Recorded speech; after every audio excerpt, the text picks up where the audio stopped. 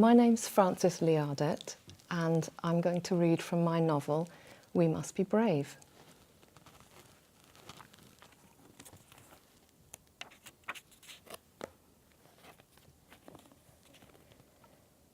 She was fast asleep on the back seat of the bus, curled up, thumb in mouth, 4, maybe 5 years old. I turned around. The last few passengers were shuffling away from me, down the aisle to the doors. "Whose is this child?" I called. Nobody looked back. Perhaps the bombing had deafened them, or maybe they simply didn't want to hear. "Please, someone's left a child." But they were gone, making their way down the steps and joining the line of people straggling towards the village hall.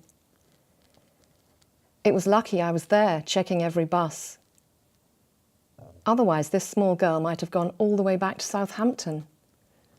Everybody knew the city was still on fire. We'd seen the smoke from Beacon Hill. She hadn't stirred in spite of my calling. She lay senseless, a gossamer net of light brown hair clinging to her forehead. Her puff-sleeved dress was a dusty mid-blue, the colour of the lining papers in the board books of my childhood.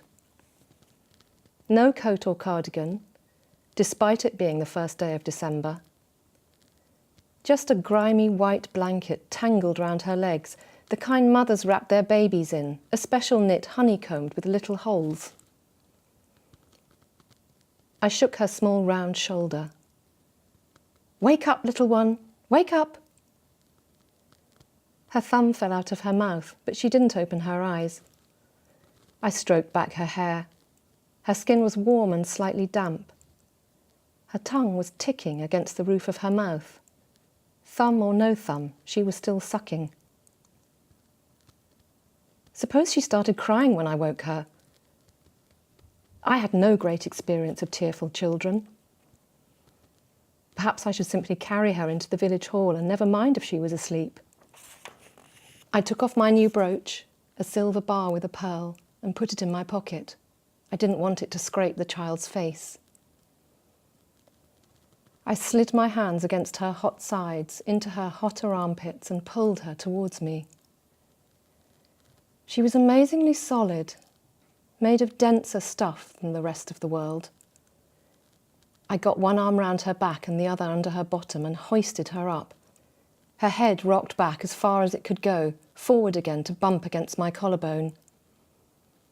Then her whole body gave a series of jerks, as if a faulty electrical current was running through her. Perhaps she'd been hit on the head during the air raid. I should get her to the doctor.